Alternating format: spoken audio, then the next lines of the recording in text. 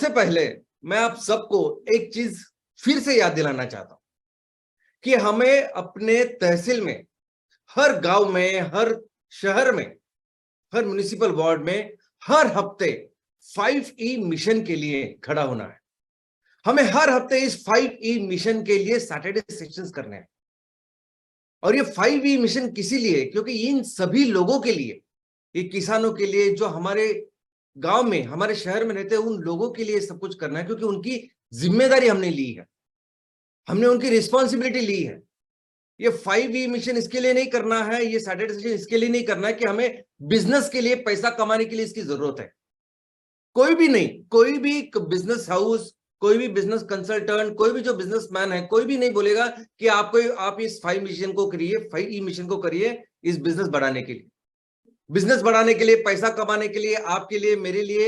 ये 5E mission नहीं है। ये 5E मिशन उसके लिए है जिसके लिए इस कंपनी के, इस संस्था की, इस संगठन की शुरुआत हुई है। दोस्तों, इस संगठन की शुरुआत हमने सिर्फ पैसे कमाने के लिए की ही नहीं है। इनफैक्ट जब इसकी शुरुआत की, जिस पर्पस, जिस मकसद के साथ की, तब पैसा कमाना, बिजनेस करना ये था ही नहीं। वो मकसद था और जिसके लिए पता चला कि बिजनेस ही जरूरी है, इसलिए हम लोग हैं। ये MCL, ये संगठन है इस 5E के लिए बना हुआ। पहला ये है एनवायरमेंट कंजर्वेशन। हमें अपने तहसील में जो पर्यावरण, उसे हर तरीके से उसका संवर्धन करना है, उसको बढ़ाना है और हमेशा उसका ख्याल रखना है। ये हमारा पहला ई है। दूसरा, ये 100% एम्प्लॉयमेंट है। हमारे किसी भी व्यक्ति को, चाहे वो गांव में रह रहा है, शहर में रह रहा है, किसी को अपना घर छोड़ने की नौबत ना आए। हर व्यक्ति को हमारे तहसील में परमानेंट एम्प्लॉयमेंट मिलनी चाहिए। ये हमारा दूसरा मकसद। तीसरा ये है एम्पावरमेंट, सक्षमीकरण। हमारे किसानों का, महिला बचत गटों का, युवाओं का, जो खुद ना खुद कुछ बिजनेस कर रहे हैं, वो सक्षम हो, वो अपने बिजनेस बेहतर करे, इसलिए हमें काम करना है। चौथा ये है इकोनॉमिक डेवलपमेंट। हर हमारे परिवार, हमारे तहसील में जितने भी परिवार रहते हैं, जितने भी फैमिलीज रहते हैं, हर फैमिली को एक अच्छा रिस्पेक्टेबल इनकम मिलना चाहिए, हर महीने, हमेशा के लिए सस्टेनेबल वे में मिलना चाहिए। और हमारा पांचवा ये है एनर्जी सुपर पावर, क्योंकि एनर्जी एक ऐसी चीज है कि जो हमारे भारत को दुनिया की सबसे बड़ी अर्थव्यवस्था फिर से बनाएगी। और दोस्तों, ये जो हम 5E के लिए काम करने वाले हैं और काम करना है हमें, बिजनेस के लिए डायरेक्ट इसका संबंध नहीं है। इनफैक्ट आज अगर आप देखेंगे तो हमारे इस सेक्टर में बिजनेस, अगर हम सिर्फ बिजनेस की एंगल से इसको देखेंगे तो बहुत अच्छे पोजीशन में है। आज तो परिस्थिति इतनी अच्छी हो गई है, नॉर्मली अगर आप बिजनेस में देखोगे आजू बाजू में, तो लोग सिर्फ पेपर के ऊपर उनका पूरा बिजनेस प्लान होता है, फिर भी वो फंड रेज करते हैं, फिर भी उनको पैसे मिलते हैं और वो बिजनेस शुरू करते हैं। सिर्फ पेपर के ऊपर भी उनके बिजनेस होते हैं। अगर अपने प्रयोगशाला में, अगर अपने लैबोरेटरी में अगर कोई एक प्रयोग किया कि मैं इससे ये बना सकता हूं, तो आपको पैसे मिल जाते हैं, आपका बिजनेस शुरू हो सकता है। लेकिन अगर अपने आप जो कहना चाहते हो, करना चाहते हो, ये कहीं तो करके दिखाया, तो कंप्लीट, फिर आपको जो चाहिए वो मिल सकता है, आप फुल फ्लेज बिजनेस कर सकते हो। और ऐसी परिस्थिति में MCL की तरह, आज MCL के 15 एमकोल की फैक्ट्री चल रहा है। नेपियर ग्रास से एमकोल यानी बायोकोल बनाने की फैक्ट्री, जो दुनिया में कहीं नहीं है, ऐसे 15 फैक्ट्री हम लगा रहे हैं, हम चला रहे हैं, और 100 फैक्ट्री शुरू हो रही है, वो प्रोसेस में है। MCNG, अभी MCNG में नेपियर ग्रास से CNG बनाने वाले पूरा इतना बड़ा प्लांट सिर्फ हमारा है।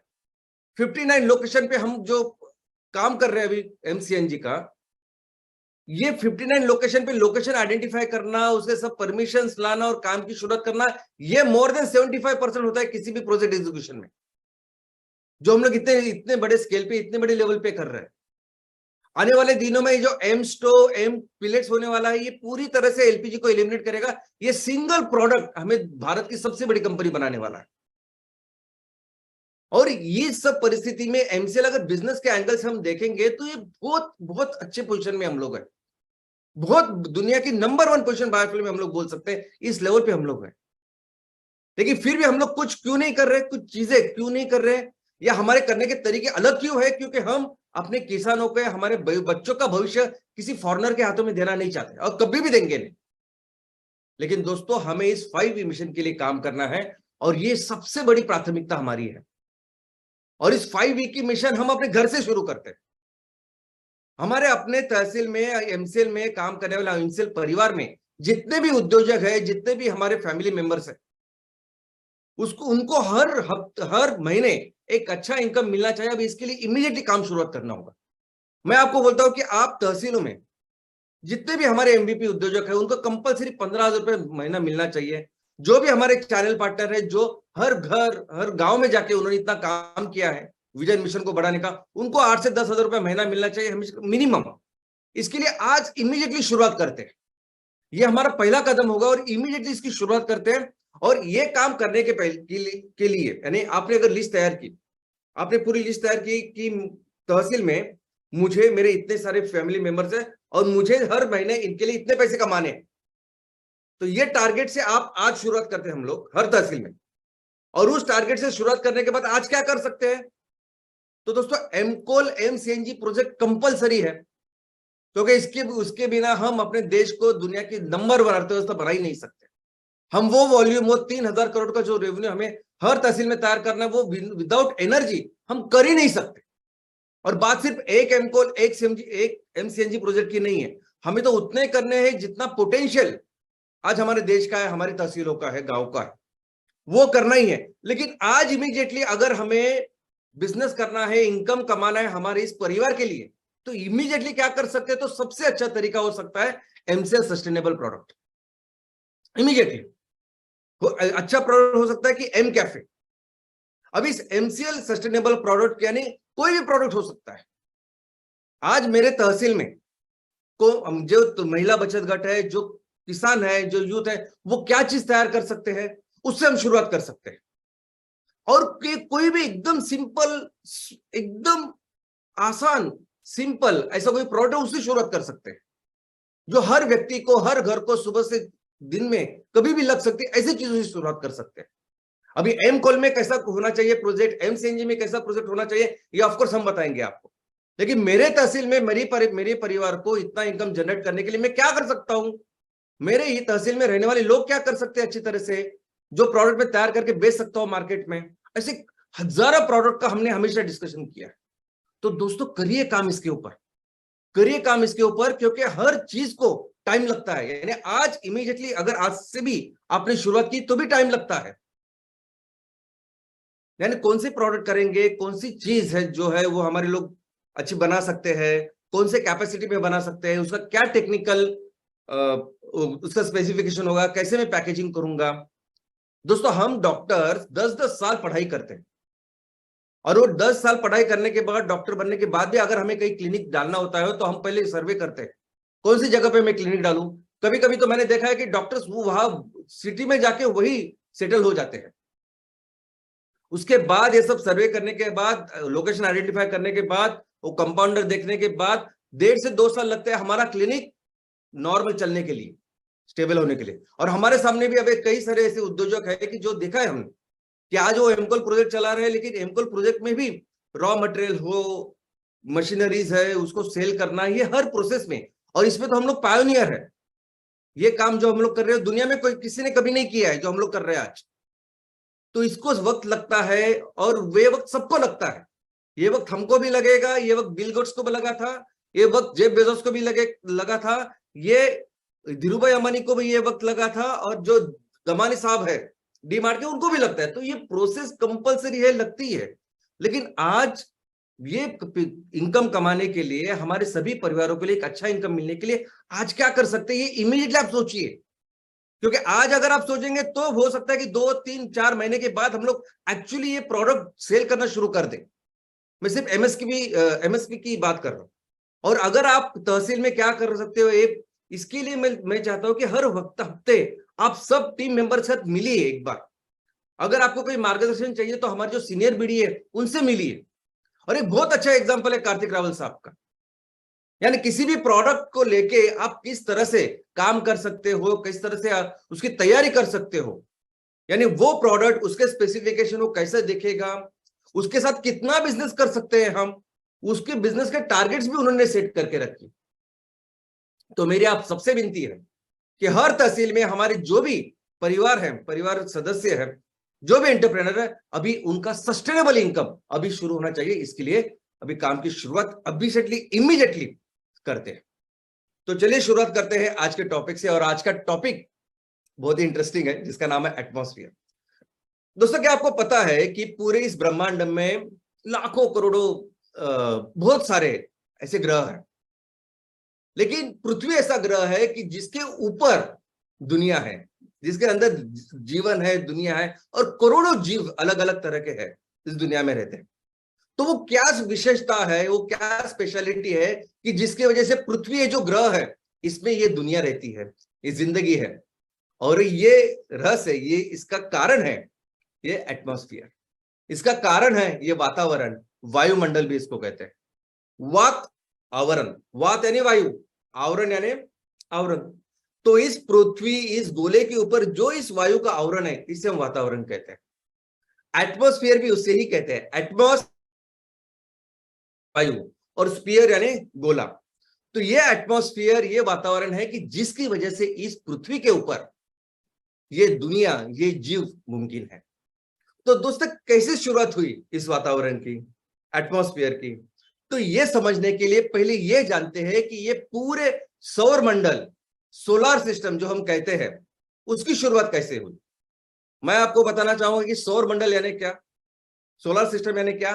तो एक हमारा सूरज, सूर्य, और उसके साथ जो 9 ग्रह है, इन सबको मिलके, ये परिवार को मिलके हम कहते हैं सौर मंडल, सोलर सिस्टम। और इसकी शुरुआत कैसे हुई? तो दोस्तों, इसकी शुरुआत, ये सब होने के पहले, सूरज ग्रह की शुरुआत होने के पहले ये सब एक वायु और कण यानी सॉलिड पार्टिकल्स, इसका एक बहुत बड़ा ऐसे वायु और ये कण थे। और ये जो सॉलिड कण थे, ये सॉलिड पार्टिकल्स थे, ये आपस में टकरा के उनके बीच में न्यूक्लियर रिएक्शन हुआ। अभी न्यूक्लियर रिएक्शन यानी क्या? तो वही रिएक्शन जो एटम बम में होता है, वो एटम बम जो अमेरिका ने जापान के ऊपर डाला, और जिस एटम बम की वजह से, जिस बम की वजह से जापान सिर्फ कुछ सेकंड में पूरी तरह से तबाह हो गए, क्योंकि इतनी ऊर्जा का निर्माण उस एटम बम से हुआ, इतनी रेडिएशन का निर्माण उस एटम बम से हुआ। और इस एटम बम में कौन सी प्रक्रिया होती है? तो जो एटम्स होते हैं, 2 एटम, एक तो उनका विभाजन होता है, न्यूक्लियर फिशन बोलते हैं उसे, नहीं तो 2 एटम्स आपस में मिल जाते हैं, उसको न्यूक्लियर फ्यूजन बोलते हैं। जो एटम बम में उन्होंने इस्तेमाल किया था वो न्यूक्लियर फ्यूजन था, फिशन था। लेकिन फ्यूजन में भी और फिशन में उतनी ही एनर्जी तैयार होती है। इनफैक्ट ऐसे कहते हैं कि फिशन में और ज्यादा एनर्जी तैयार होती है। और ये सूरज बनने के पहले ये जो सब कण थे, ये सब सॉलिड पार्टिकल थे, उनमें वही प्रक्रिया हो गई। और ये एक बार शुरुआत हो गई, यानी एक प्रक्रिया की शुरुआत हुई, तो बहुत बड़े स्केल पे ये एनर्जी और ऊर्जा का निर्माण हुआ। और एक बार ये चालू होने के बाद एक चेन रिएक्शन होती है, जब तक वो मटेरियल होता है तब तक ये रिएक्शन चलती रहती है और उस ऊर्जा का निर्माण होता रहता है। तो आज उस सूरज में पिछले 450 करोड़ साल से वो सब चल रहा है, और वैसे ही चलता रहेगा अनंत काल तक। और जब सूरज की निर्मित हुई इस न्यूक्लियर रिएक्शन की वजह से, तो उसमें जो आजू बाजू के जो वायु थे वो बहुत जोर से बाहर की ओर फेंके गए। तो वो जो वायु के गोले थे, वही गोले, 9 गोले धीरे धीरे करके ठंड शीतल होते होते होते उनके ग्रह बन गए। तो ऐसे सौर मंडल और ऐसे सोलर सिस्टम की शुरुआत हुई। और आज हम देख रहे हैं ये सोलर सिस्टम कि वहां वही सूरज है जहां वो न्यूक्लियर रिएक्शन चालू है, उसमें इतनी energy her second, fraction of second तैयार हो रही है। और ये सब ग्रह है, इस ग्रह माला में पृथ्वी का रैंक नंबर 3 है, हम 3 स्थान पे है। तो दोस्तों, ये सभी जो ग्रह है ये बेसिकली गैसेस से बने हैं, गैसेस और जो थोड़ा सा कोई सॉलिड मटेरियल था। और वो कौन से गैसेस है जो हर इस पृथ्वी पे थे, हर इस ग्रह पे थे? तो इंपॉर्टेंट इसमें से जो गैसेस है वो 4-5 ही है, जिसमें हाइड्रोजन है, नाइट्रोजन है, कार्बन डाइऑक्साइड है, हीलियम है और ऑक्सीजन है। इनफैक्ट कौन से ग्रह के ऊपर कौन से गैसेस है, इसकी अभी पूरी पढ़ाई हो चुकी है, हमारे सामने है। क्योंकि आज अभी बहुत सारे उपकरण हैं जो दिखाई देते हैं, जो जिसे पता चलता है कि इस ग्रह के ऊपर कौन कौन से गैसेस है।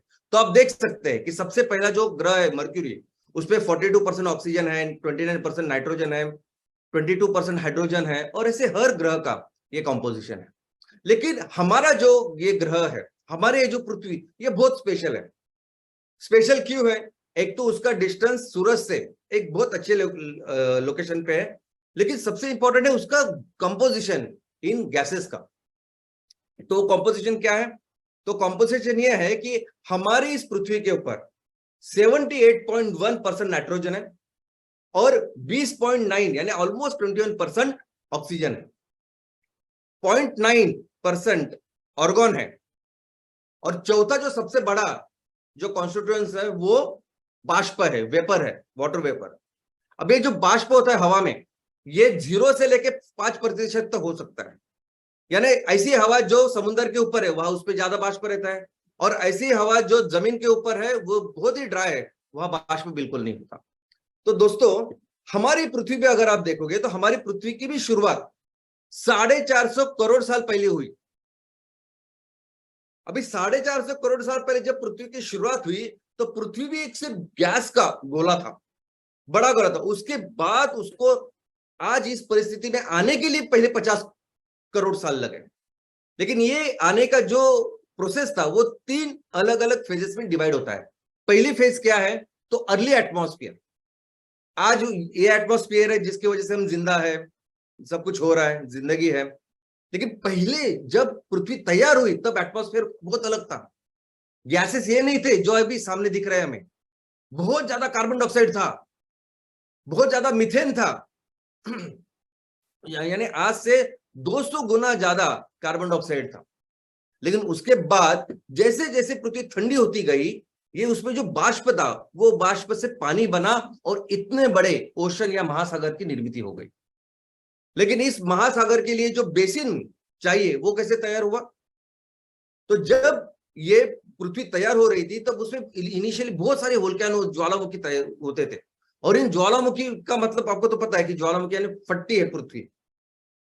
तो उसकी वजह से ये बेसिन धीरे धीरे करके तैयार हुए। और उसके बाद का तीसरा जो फेज है जिसमें आज भी हम लोग हैं वो है बायोलॉजिकल एरा।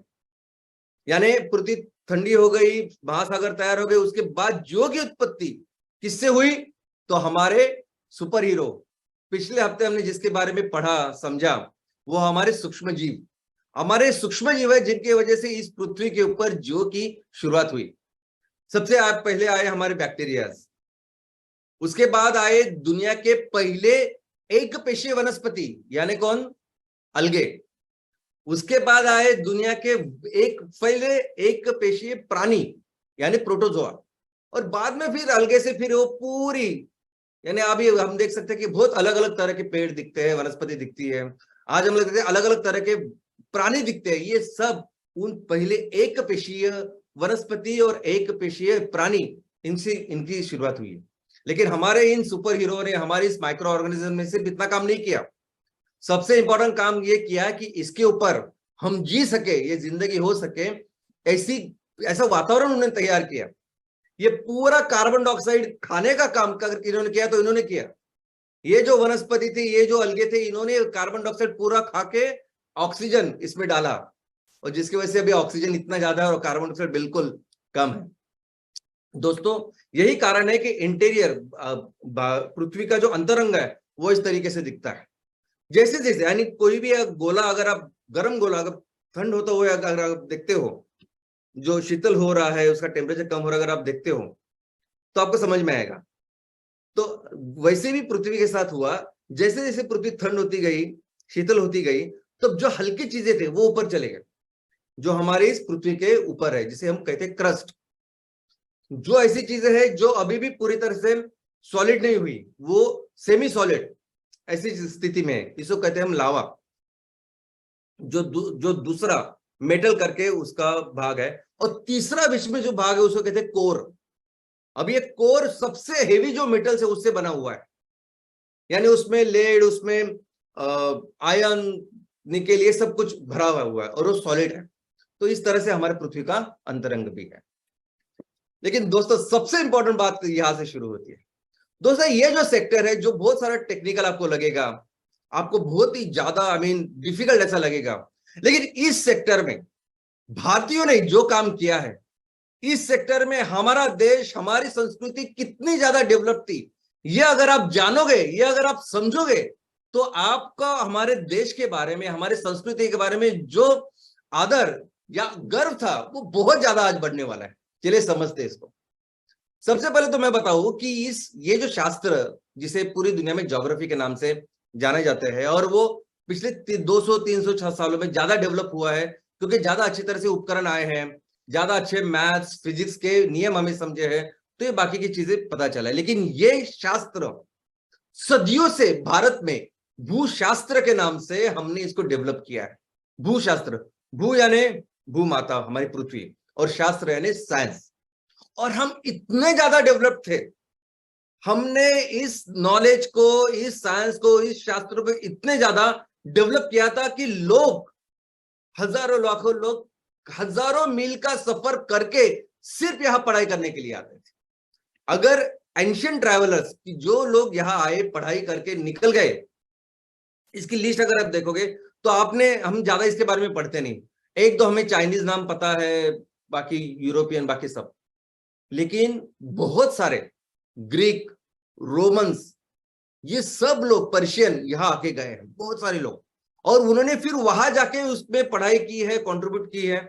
इनफैक्ट एक समय तो ऐसा था कि पूरी दुनिया में 21 विश्वविद्यालय थे, और सभी विश्वविद्यालय सिर्फ भारत में थे। और ये विश्वविद्यालय ऐसे विद्यालय थे कि जहां एक एक सिंपल चीज का सुपर स्पेशलाइजेशन था। यानी मेडिकल साइंस का मैं विद्यार्थी हूं, मैंने मेडिकल साइंस पढ़ा है। जेरियाट्रिक्स नाम का एक हमारा सब्जेक्ट है, यानी बूढ़े लोगों की शाखा है। बूढ़े लोगों में जो बीमारियां वगैरह होती है वो हमें इतना ज्यादा डेवलप नहीं, हमें चल रहा है, उसके बारे में पढ़ाई कर रहे हैं, काम कर रहे हैं, और एक स्वतंत्र शाखा वो है। लेकिन क्या आपको पता है, हमारे आयुर्वेद में हजारों सालों पहले उसकी पूरी डेवलप्ड ऐसी शाखा थी। वैसे ही सेम इधर यहां था।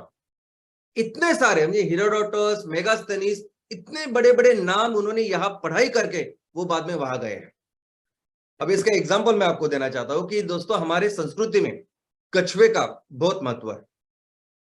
आप देखोगे तो कछुआ हमेशा एक गुड लक का प्रतीक भी मानते हैं, सभी जगह मानते हैं। लेकिन हमारे यहाँ देखोगे तो कई सारे मंदिरों में आपको कछुआ दिखाई देगा। इनफैक्ट पुराने, जो हमारे प्राचीन काल में भारत के लोगों ने जहां बाकी के देशों में भी जो मंदिर का निर्माण किया, यानी बाली, इंडोनेशिया, बाकी के एशियन कंट्रीज, वहां जो हमने मंदिरों का निर्माण किया, वहां भी अगर आप जाके देखोगे तो वहां आपको कछुए नजर आएंगे। कछुओं की प्रतीक है, और एक अच्छी तरीके से, यानी जिसको पूछते हैं ऐसे समय पे वो। इतना ही नहीं है कि हमारे जो पौराणिक कथा है उसमें श्री विष्णु भगवान जो है, उनके 10 अवतार थे। उनका दूसरा अवतार कौन सा था? तो इस कछुए का था। अब इस कछुए का दूसरा अवतार, उसकी पूजा हर जगह की जाती है, साउथ में भी करते हैं, और पूरे भारत में इसकी पूजा करते हैं। तो क्या है इसमें कि हम लोग इसकी इतनी पूजा करते हैं, इतना महत्व इस कछुए का है? तो दोस्तों, इसके पीछे है साइंस। और वो ये है कि कछुआ जो होता है, कछुए के पीछे अगर आप देखोगे तो उसके पीछे एक ढाल होती है, और वो ढाल के ऊपर एक हेक्सागॉन्स वगैरह वो सब होते हैं, और कछुआ धीरे धीरे धीरे धीरे चलता रहता है। तो साइंस उसमें यह है कि हमारे शास्त्रज्ञों ने, हमारे पूर्वजों ने दुनिया को बताया कि इस दुनिया के ऊपर, ये जो दुनिया है, जो पृथ्वी बनी है, बेसिकली ये पृथ्वी बनी है और उसमें बड़े बड़े प्लेट्स है, जिसे कहते हैं टेक्टोनिक प्लेट्स। और ये एक्चुअली है, जो मैंने भी पढ़ाई की है, कि इस पृथ्वी जो बनी है, चाहे वो समुद्र के अंदर समुद्र हो, जमीन हो, उसके नीचे ये जो अर्थ का क्रेस्ट है, अर्थ का ऊपर का भाग है, वो 7 बड़े बड़े जायंट प्लेट से बना हुआ है। ये पूरी दुनिया, ये पूरा पृथ्वी, और ये जो प्लेट्स है ना, ये एक दूसरे के साथ धीरे धीरे करके कंटिन्यूअस मूवमेंट में होते हैं। और जब 2 प्लेट्स मिलते हैं आपस में, और वो जो जगह होती है, वो जो लाइन होती है ना, उसमें आप देखोगे तो उसमें वही अर्थक्वेक होते हैं, ज्वालामुखी आती है वही। तो पूरी दुनिया में कहाँ ज्वालामुखी आती है, कहाँ अर्थक्वेक आते हैं, तो वो एक लाइन आपको दिखाई देंगी। हमारे भारत का भी अगर नक्काशा देखोगे आप, तो वहां एक लाइन है कि जिस लाइन के थ्रू ही यहाँ भूकंप या अर्थक्वेक आते हैं। दोस्तों, ये साइंस जो अभी कुछ सालों पहले हमको पता चला, मॉडर्न साइंस में पता चला, ये हजारों सालों पहले भारतीयों ने दुनिया को बताया था। और कछुआ क्यों? क्योंकि उन्होंने कहा कि ये सभी प्लेट, जैसे कछुआ धीरे धीरे धीरे करके चलता है ना, वैसे सभी प्लेट्स धीरे धीरे धीरे धीरे करके चलते हैं। भारतीय वैज्ञानिकों ने यह कहा था कि ये जो कछुआ है ये जमीन में भी रहता है और पानी में भी रहता है, और उसने बहुत अच्छी भूमिका निभाई है कि जमीन का जो पानी में जो भी मिट्टी तैयार होती है, उपजाऊ मिट्टी, उसको बाहर लाके वो अच्छा उसको उपजाऊ बाजू की जमीन उपजाऊ करने का भी काम करता है। और ये भारतीयों ने करने के बाद फिर अमेरिका की टॉर्टोइज थ्योरी शुरुआत हुई, चाइनीज की टॉर्टोइज थ्योरी शुरुआत हुई, पूरी दुनिया में फिर टॉर्टोइज की वो अलग अलग थ्योरी अभी कुछ सालों पहले, और उन्होंने फिर उसको शुभ मानना शुरू हो गया। दोस्तों वहां का जो अमेरिका ने जिसने ये टॉर्टोइज थ्योरी डाली पहले प्रपोज की, उन्हीं अमेरिका में जो सीनियर साइंटिस्ट थे उन्होंने कहा कि ओरिजिनल थ्योरी भारतीयों की है। इतना ही नहीं, आज अभी देखिए गूगल मैप के बारे में आप सबको पता है कि आज गूगल मैप से हमको पता चलता है कि कहाँ कहाँ जाना है, लोकेशन वगैरह समझते हैं। लेकिन उसी लोकेशन के लिए और एक चीज आज हम जिसका इस्तेमाल करते हैं वो है कोऑर्डिनेट्स। आप जहां रहते हो वह कोऑर्डिनेट्स क्या है, कौन से लोकेशन पे आपकी है संस्था है, घर है, जो कुछ है वो, उसके अक्षांश और रेखांश क्या है ये पता। मैं आप सबको फिर से स्कूल में लेके जा रहा हूं। मुझे पता है कि मैं बहुत ज्यादा टेक्निकल बोल रहा हूं, आप सबको आज भूगोल सिखाने की कोशिश कर रहा हूं, लेकिन ये सीखना, ये जानना, ये समझना बहुत जरूरी है। चलिए समझते हैं। तो हमारी ये जो पृथ्वी है, हमारी इस पृथ्वी के ऊपर कोई भी लोकेशन फाइनल करने के लिए उसमें अक्षांश और रेखांश है। रेखांश यानी जो सीधे ऐसे लाइन है उसको रेखांश कहते हैं, और जो हॉरिजॉन्टल ऐसे लाइंस है उसको अक्षांश कहते हैं। तो आज कहीं भी आप खड़े हो, कहीं भी आपका घर है, तो वो कौन से अक्षांश और रेखांश में ये समझ में आता है। ओके, इसको कहते हैं कोऑर्डिनेट्स। तो अगर जिस भी अक्षांश रेखांश में आप हो तो कहीं तो शुरुआत होती होगी, जीरो अक्षांश रहेगा, जीरो रेखांश रहेगा। अभी जीरो रेखांश जिसको जो होता है उसको कहते हैं प्राइम मेरिडियन। पहले जीरो की शुरुआत हुई, उसके बाद में फिर ऐसे ऐसे करके बाकी के अक्षांश और रेखांश की शुरुआत। और दोस्तों आज की तारीख में ये सब जो हम जिसका इस्तेमाल कर रहे हैं, अक्षांश, रेखांश, ये कोऑर्डिनेट्स, ये पूरी दुनिया में इसका जो प्राइम मेरिडियन है जीरो, वो कहाँ है? तो आज ये प्राइम मेरिडियन अंग्रेजों के उन्हीं यूके में स्थित लंदन शहर के ग्रीनविच ऐसी जगह पे है। तो इस ग्रीनविच मेरिडियन है जो 1884 में यानी 150 साल पहले दुनिया ने उसको अपनाया। दुनिया ने भाई अंग्रेजों ने, कि ये प्राइम मेरिडियन है, और फिर उसके बाद फिर लैटिट्यूड एल्टीट्यूड यानी वही अक्षांश और रेखांश की शुरुआत हुई। लेकिन क्या समझते, क्या है क्या बिलीव करोगे कि ये 150 साल पहले जो अंग्रेजों ने जो बताया कि हमारे देश में ऐसा प्राइम मेरिडियन चालू होगा, ग्रीनविच में रहेगा, जिसको हम लोग आज फॉलो कर रहे हैं, हजारों सालों तक पूरे दुनिया का प्राइम मेरिडियन कौन सा था? तो वो था उज्जैन, पूरी दुनिया का। और उससे भी आगे जाके मैं आपको बोलता हूं दोस्तों, ये एक क्लोडियस टोलेमी करके एक बहुत बड़े एस्ट्रोनॉमर होके गए हैं, खगोल शास्त्रज्ञ। उन्होंने बहुत अच्छा कंट्रीब्यूशन दिया है, उन्होंने बहुत सारा काम किया है इस विषय में, खगोल शास्त्र में। और जितना कुछ उन्होंने लिखा है, जितना भी काम किया है, जितना भी संशोधन किया है, इस संशोधन में उनके लिए प्राइम मेरिडियन कौन सा था? तो वो था उज्जैन। वो इस पहले जो शताब्दी थी उसमें उन्होंने काम किया, यानी 100 से 170 के बीच में। और उन्होंने जो मैप तैयार किया था जिसके ऊपर ये सब काम किया और अपने थियरीज, अपने सब चीज रखी, वो नक्शा भी आपके सामने है। इसमें उज्जैन ये प्राइम मेरिडियन ऐसा रखा है। लेकिन और एक जबरदस्त ऐसी चीज मैं आपको बताना चाहता हूं दोस्तों। ये जो पृथ्वी है ना, इस पृथ्वी की ये जो गोल है पृथ्वी का, इसके दो भाग होते हैं। ओके, दो भाग किससे होते हैं? तो विषुववृत्त से, उसे कहते हैं विषुववृत्त। उससे होता है ऊपर का गोल, उसे होता है उत्तर गोलार्ध, और नीचे का दक्षिण गोलार्ध। हम भारत उत्तर गोलार्ध में है।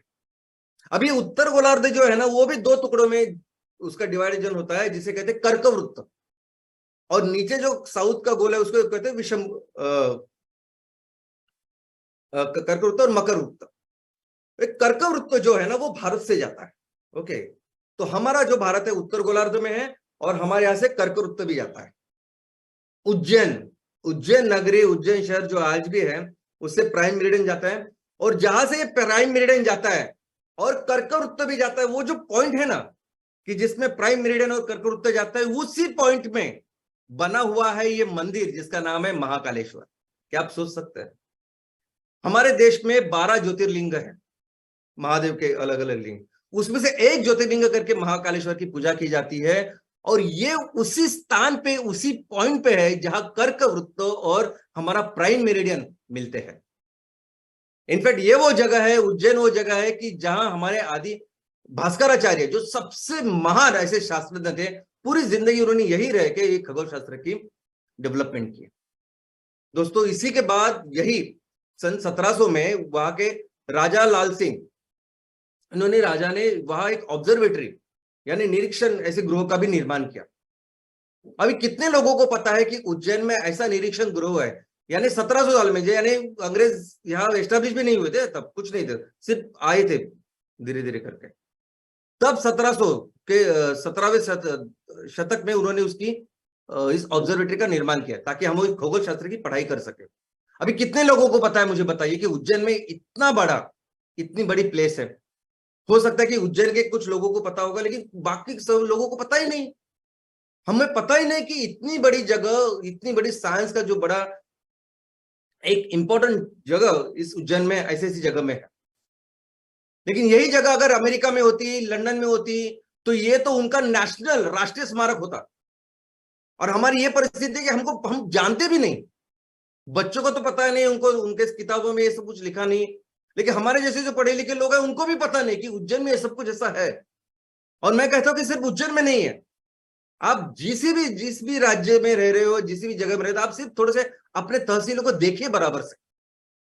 हो सकता है कि कई सारे ऐसी चीजें निकले जिसके बारे में हमें पता ही नहीं है, और जो बिलीव नहीं कर सकते, इतने ज्यादा डेवलप्ड ऐसी जगह है वो। ये गैलीलियो गैलीली करके एक शास्त्रज्ञ है, खगोल शास्त्रज्ञ है, जो जिसके बारे में अल्बर्ट आइंस्टाइन बोलते हैं कि ये मॉडर्न जो साइंस है, विज्ञान है, उसके आद्य जनक है, यानी पिताश्री है। उन्होंने 1600 में बोला था कि पृथ्वी गोल है। आज अगर आप अपने बच्चों को पूछोगे कि कौन वो साइंटिस्ट है, शास्त्रज्ञ है कि जिन्होंने बोला, दुनिया को बताया कि पृथ्वी गोल है, तो वो इनका ही नाम देंगे। गैलीलियो ये पहले थे जिन्होंने, और ये हमने सबने पढ़ाया है, आपने भी पढ़ा होगा। लेकिन सच बात क्या है? सच बात तो यह है कि इस गैलीलियो के बहुत पहले, हजारों सालों पहले, हमारे जो आर्यभट्ट थे, इन्होंने कहा पृथ्वी गोल है। लेकिन सिर्फ इतना ही नहीं है, इनके नेक्स्ट जो ब्रह्मगुप्त थे, उन्होंने क्या बताया? उन्होंने बताया कि ये पृथ्वी सिर्फ गोल नहीं है, ये थोड़ी सी टेढ़ी है, और ये अपने एक्सिस पे घूमती है, अपने एक्सिस पे घूमती है, और वो सूरज के इर्द गिर्द भी घूमती है। यानी रोटेशन, रेवोल्यूशन, वो ब्रह्मगुप्त ने दुनिया को उस टाइम में बताया था। ये ब्रह्मगुप्त थे जिन्होंने दुनिया को जीरो दिया, हमने दुनिया को जीरो दिया। उसके बाद मैथमेटिक्स से गणित की शुरुआत पूरी दुनिया में हो गई। इनफैक्ट 3500 साल पहले जो ऋग्वेदा लिखा गया था, उसमें भी ये पृथ्वी गोल है, ये इसमें लिखा है। ये मिल्की वे, ये आकाश गंगा जिसे कहते हैं, मॉडर्न साइंस में इसको मिल्की वे कहते हैं। अभी हमें समझा कि ऐसे मिल्की वे होता है जिसमें करोड़ों ऐसे तारे हैं, और इन करोड़ों तारों में से एक तारा है सूरज। ये सब डिटेल जो अभी हमको अलग अलग चीजों से दिखाई दे रहे हैं, दूरबीनों से दिखाई दे रहे हैं, ये हजारों साल पहले भारत ने दुनिया को बताया है। हमने पुराणों में लिखा है आकाश गंगा मंदाकिनी। ये जो गैलेक्सी है, ये सब मिल्की वे, इसको आकाश गंगा कहते हैं हम। आकाश यानी स्काई, आकाश, और गंगा यानी रिवर, जो हमें पता है। ये सभी तारे जो भी दिख रहे हैं, ये एक नदी के एक ड्रॉप जैसे, पानी के तरह एक दिशा में धीरे धीरे मंद स्पीड में जा रहे हैं आगे, इसलिए रिवर, आकाश गंगा। और मंदाकिनी यानी गैलेक्सी, मंद यानी धीरे धीरे करके चल रहे हैं। तो ये साइंस, ये नॉलेज, ये सब कुछ भारत ने इतने हजारों साल पहले दुनिया को बताया है। अल बरूनी करके बहुत ग्रेट पर्शियन ऐसे एस्ट्रोनॉमर है, उन्होंने कई सारे काम किए, कई सारी किताबें लिखी है, बहुत बड़ा कंट्रीब्यूशन उनका इस विषय में है। वो ऐसे थे कि उनको संस्कृत बहुत अच्छी तरह से आता था, उन्होंने संस्कृत का बहुत अच्छी पढ़ाई की थी। क्यों? आप समझ सकते हैं। उन्होंने अपने एक किताब लिखा था सिर्फ हिंद के ऊपर, किताबुल हिंद, और उन्होंने उसमें लिखा है कि इस हिंदुस्तान में, इस भारत में ये खगोल शास्त्र इतना ज्यादा डेवलप था, बहुत ज्यादा, कि बाकी के कोई भी देश इतना पास में भी नहीं था, ऐसा उन्होंने खुद लिखा है।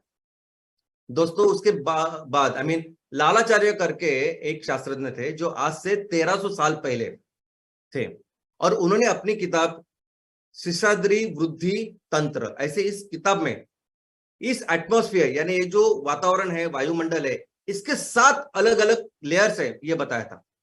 अवाह, प्रवाह, उद्वाह, संवाह, सुवाह, परिवाह, पारावाह, ऐसे 7 उन्होंने बताया। 1300 साल पहले ये उन्होंने बता के अपने किताब में लिखा है। और फिर अभी ये मॉडर्न साइंस में हम लोग इसको पढ़ रहे हैं। अब ये मॉडर्न साइंस पूरे इस दूरबीन के साथ है जिसको हम पढ़ रहे हैं। दोस्तों चलिए समझते हैं इस एटमॉस्फेयर के लेयर्स को। तो हमारे इस एटमॉस्फेयर में, ये वातावरण में, वायुमंडल में 5 ऐसे स्पेयर है, लेकिन छठवां भी है आयोनोस्फीयर, लेकिन उसकी एक स्पेशल ऐसी जगह नहीं है। शुरुआत करते, पहला जो स्पेयर है, पहली जो लेयर है उसे कहते हैं ट्रोपोस्फियर। ये जो वातावरण में पहला जो लेयर है उसे ट्रोपोस्फियर कहते हैं। ट्रोपो का मतलब है चेंज। जमीन को लग के ऑलमोस्ट 10 से 18 किलोमीटर, 20 किलोमीटर तक ये रहता है। पानी के ऊपर ये 10 किलोमीटर तक रहता है, जमीन के ऊपर ये 20 किलोमीटर तक रहता है ये लेयर। और जो पोल है, ध्रुव, उसके ऊपर सिर्फ 6 किलोमीटर तक रहता है ये पोल, जिसको ट्रोपोस्फियर कहते हैं। ये जो लेयर है, इस लेयर में जैसे जैसे हम ऊपर जाते हैं वैसे वैसे टेम्परेचर, हवा ठंडी होती जाती है, प्रेशर कम होता जाता है। लेकिन ये सबसे इंपॉर्टेंट हमारा लेयर है जिसमें 75% हवा है। यानी पूरा जो एटमॉस्फेयर जिन हवा से बना है वो सभी हवा कॉन्सेंट्रेट होके इस 75% ये इस पहले 18 से 20 किलोमीटर में है। जो भी पानी, जो भी बाष्प इस पूरे वातावरण में है, 99% जो बाष्प है वो हवा है, वो इसमें रहता है। ये वो जगह है ट्रोपोस्फियर की जहां पूरे हम लोग देखते हैं ना, बारिश हो रही है, तूफान आ रहा है, साइक्लोन है, ये सब कुछ होता है इस ट्रोपोस्फियर में। हम जो विमान का इस्तेमाल करते हैं, ये जो एविएशन इंडस्ट्री है, यहाँ वहां जाते हैं, ये विमान वो जो जाते हैं इसी दायरे में जाते हैं, इसी लेयर में उड़ते हैं। दूसरी जो लेयर है उसे कहते हैं स्ट्रेटोस्फियर, और ये उस 20 किलोमीटर से लेके 50 या 55 तक होता है किलोमीटर। और इसमें होते हैं वो ओजोन। अभी ये ओजोन है कि जो एक जिससे ऑक्सीजन तैयार होता है, लेकिन ये ओजोन है जो हमें उस अल्ट्रावायलेट रेस से बचाते हैं, जो सूरज में कंटिन्यूसली हर सेकंड तैयार हो रहे हैं। हमने देखा कि अमेरिका के वो एटम बम के बाद 1 सेकंड में रेडिएशन से पूरी जो की हानि हो गई, मृत हो गए सब, उससे बचाने का काम ये स्पेयर करता है, स्ट्रेटोस्फियर। और इस स्पेयर में क्या होता है कि जैसे हमने देखा कि पहले 20 किलोमीटर तक जैसे ऊपर जाते वैसे ठंडी बढ़ती है, यानी टेम्परेचर कम होता है, लेकिन इसमें ऐसा नहीं होता। इसमें इस लेयर में टेम्परेचर बढ़ता जाता है। तीसरा जो लेयर है उसे कहते हैं मेसोस्फियर। अभी मेसोस्फियर 50 किलोमीटर से लेकर 80 किलोमीटर तक है, और ये भी ठंडा होता जाता है। जैसे जैसे हम लोग ऊपर जाए वैसे ठंडा होता जाता है, और वातावरण का सबसे ठंडा जो प्रदेश होता है वो यहाँ होता है। यानी यहाँ टेम्परेचर -90 डिग्री पर चला जाता है। उसके बाद में होता है थर्मोस्फियर, वो बहुत बड़ा, इन सबसे ज्यादा बड़ा होता है। 80 किलोमीटर से लेकर 700 किलोमीटर तक ये स्फीयर होता है। और ये जो थर्मोस्फियर है, ये वो स्फीयर है कि जिसमें हमारे ये स्पेस स्टेशन वगैरह, इंटरनेशनल स्पेस स्टेशन और बाकी सब हमारे यहाँ काम करते हैं। और ये वो जगह है, ये वो लेयर है कि जिसमें जैसे जैसे आप ऊपर जाते हैं ना, वैसे टेम्परेचर बहुत बढ़ता है। इतना बढ़ता है कि वो टेम्परेचर 2000 डिग्री सेल्सियस तक जाता है। लेकिन इस थर्मोस्फीयर में और एक बहुत इंपॉर्टेंट चीज होती है, वो है आइनोस्फीयर। दोस्तों आइनोस्फीयर यानी क्या? तो आइनोस्फीयर ऐसी कोई एक सेपरेट लेयर नहीं है, ना ही उसकी कोई फिक्स जगह है कि मैं आपको बोलूं कि मेसोस्फीयर के बाद ये आइनोस्फीयर आता है, नहीं। आइनोस्फीयर यानी क्या? तो ये जो वायुमंडल है, ये जो हवाएं है, ये हवा के जो कण है वो चार्ज हो जाते हैं इस सूरज के अल्ट्रावायलेट रेस के साथ। और फिर वो चार्ज होने के बाद फिर वो ये जो चार्ज आयन है उनके फिर वो अपनी लेयर बनाते हैं, इसे कहते हैं आइनोस्फीयर। और ये चार्ज लेयर ना कहीं भी हो सकती है, कभी कभी ये बहुत नीचे होती है, कभी कभी बहुत ऊपर होती है, दिन में अलग होती है, रात में अलग होती है, ध्रुवों पे अलग होती है, ऋषु ऋतु पे अलग होती है। तो इसके अलग अलग प्रकार भी है। लेकिन ये चार्ज पार्टिकल बहुत काम के हैं, क्योंकि ये चार्ज पार्टिकल आपको सभी इंफॉर्मेशन यहाँ से वहां देते हैं। इनफैक्ट आपकी जो बैटरी होती है ना, जो कार में होती है, मोटरसाइकिल में होती है, घर में होती है, ये बैटरी में वो चार्ज पार्टिकल्स होते हैं। बैटरी में चार्ज वो आयंस होते हैं जो ऊर्जा निर्माण करते हैं, और फिर वो जलने के बाद हमको वो बैटरी की फिर रिचार्जिंग करनी पड़ती है। तो ये चार्ज जो आयन है, ये है कि जो ये सभी इंफॉर्मेशन, ये जो हम लोग एक जगह टीवी देखते हैं, कहीं तो इंसिडेंस होता है, ये सब काम इसमें करते हैं। अब कौन सा गैस कैसे आयोनाइज होता है, कौन से हाइट पे होता है, इसकी भी पूरी पढ़ाई हो चुकी है। ऑक्सीजन कहाँ आयोनाइज होता है सबसे ज्यादा, फिर ऑर्गन कहाँ होता है, नाइट्रोजन कहाँ होता है, ये सब उसमें अलग अलग हाइट के ऊपर अलग अलग है। इनफैक्ट इसकी अलग अलग लेयर्स है, इसकी बहुत सारी शाखाएं है। हर शास्त्रज्ञ, हर अभी रिसेंट टाइम में बहुत सारी पढ़ाई इसकी हुई है, क्योंकि इसके सारे एप्लीकेशन इतने हैं, इसके फायदे, इसके इतने सब कुछ है। तो इसमें F1, F2 यानी दिन में कौन से लेयर्स है, रात में कौन से लेयर है, इसकी पूरी पढ़ाई हो चुकी है। और इसका कारण है कि इसके एप्लीकेशन, इसके फायदे। अभी अभी आज मोबाइल टावर आए कुछ सालों पहले, तब से मोबाइल वगैरह चालू है। लेकिन आपको पता है कि अगर एनडीआरएफ टीम जाती है, या कुछ भूकंप या कुछ प्रॉब्लम होती है, जहां कोई मोबाइल टावर भी नहीं रहता, कुछ नहीं रहता है, तो कैसे वो सिग्नल ट्रांसमिट करते हैं? तो जिस प्रणाली का उपयोग करते हैं, ये वही कुदरत ने बनाई हुई प्रणाली है। ये वो चार लाइन जो वहां रहते हैं, इनफैक्ट आज भी हम लोग बहुत सारी चीजों में उसका ही इस्तेमाल करते हैं।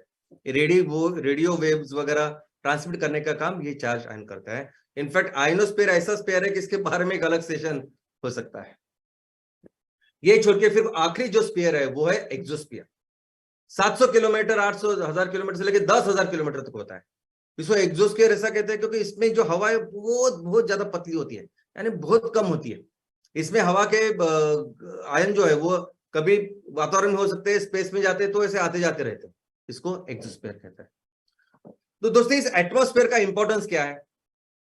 तो सबसे पहले एटमॉस्फेयर वो चीज है कि जो हमें इस अल्ट्रावायलेट रेस से, हार्मफुल रेडिएशन से बचाती है, और एक स्पेशल हमारी कोटिंग तैयार करती है, जिसकी वजह से फिर ये जिंदगी मुमकिन है। इनफैक्ट अगर आप पृथ्वी के और बाकी आजू बाजू के ग्रह उसके बारे में अगर आप कंपैरिजन करोगे तो आपको पता चलेगा कि ये कितना काम का हमारा एटमॉस्फेयर है। ये वही एटमॉस्फेयर है कि जिसकी वजह से इतने सुंदर कुदरत का हम नजारा देख सकते हैं, उसका एक्सपीरियंस ले सकते हैं। बारिश जो वजह से होती है, गर्मी, ठंडी, जो कुछ जो हम अनुभव करते हैं, ये सब कुछ होता है इस एटमॉस्फेयर की वजह से। अर्थ का टेम्परेचर रेगुलेट करते, नहीं तो हमारा वही मंगल, चांद इस जैसा काम होता था, वो काम करते हैं। वाटर साइकिल मेंटेनेंस में ये काम होता है, जो भी पानी की जो रिसाइकलिंग ये करते हैं। और सबसे इंपॉर्टेंट बात क्या है कि हमारे लिए एक सिक्योरिटी ब्लैंकेट एक कुदरत ने, भगवान ने बनाया है। क्योंकि मैंने जो आपको बताया कि सूरज की निर्मित कैसी हुई, तो दो पत्थरों के टकराने से बहुत ज्यादा उस न्यूक्लियर रिएक्शन से हुई। तो वो पत्थर है स्पेस में जो आते रहते हैं, कोशिश करते रहते हैं, लेकिन मैक्सिमम पत्थर तो हवा में ही ये कुदरत, ये जो हमने कुदरत ने जो बनाया है ना करिश्मा, वो उसके चूरा उसकी पाउडर कर देता है, एक तो स्पेस में चला जाता है, नहीं तो हमारे यहाँ गिरता है तो हमको पता भी नहीं चलता। तो ये बहुत बड़ा सिक्योरिटी ब्लैंकेट है दोस्तों। आज ये ना, ये ब्रह्मांड की एक छोटी सी चीज समझने की हमने कोशिश की, लेकिन ये ब्रह्मांड, ये कुदरत, ये विश्व एक ऐसी चीज है कि जिसको जितना ज्यादा आप समझोगे ना, जितनी ज्यादा समझने की कोशिश करोगे, जितनी ज्यादा पढ़ाई करोगे, तो समझ में आता है कि हम क्या है, हम कितने सूक्ष्म हैं। इनफैक्ट हमारा कोई एग्जिस्टेंस है ही नहीं, इनके सामने ऐसा लगता है। इस कुदरत के सामने कुछ भी नहीं है, और इसीलिए हमें वही करना चाहिए जो हमारे पूर्वजों ने, हमारे साइंटिस्ट ने किया। ये सब समझने के बाद उनको पता चला कि कुदरत की शक्ति इतनी महान है कि हम उसके सामने सिर्फ नतमस्तक हो सकते हैं, उसकी सिर्फ पूजा कर सकते हैं, उसकी दिशा में चल सकते हैं, और बस वही करना है।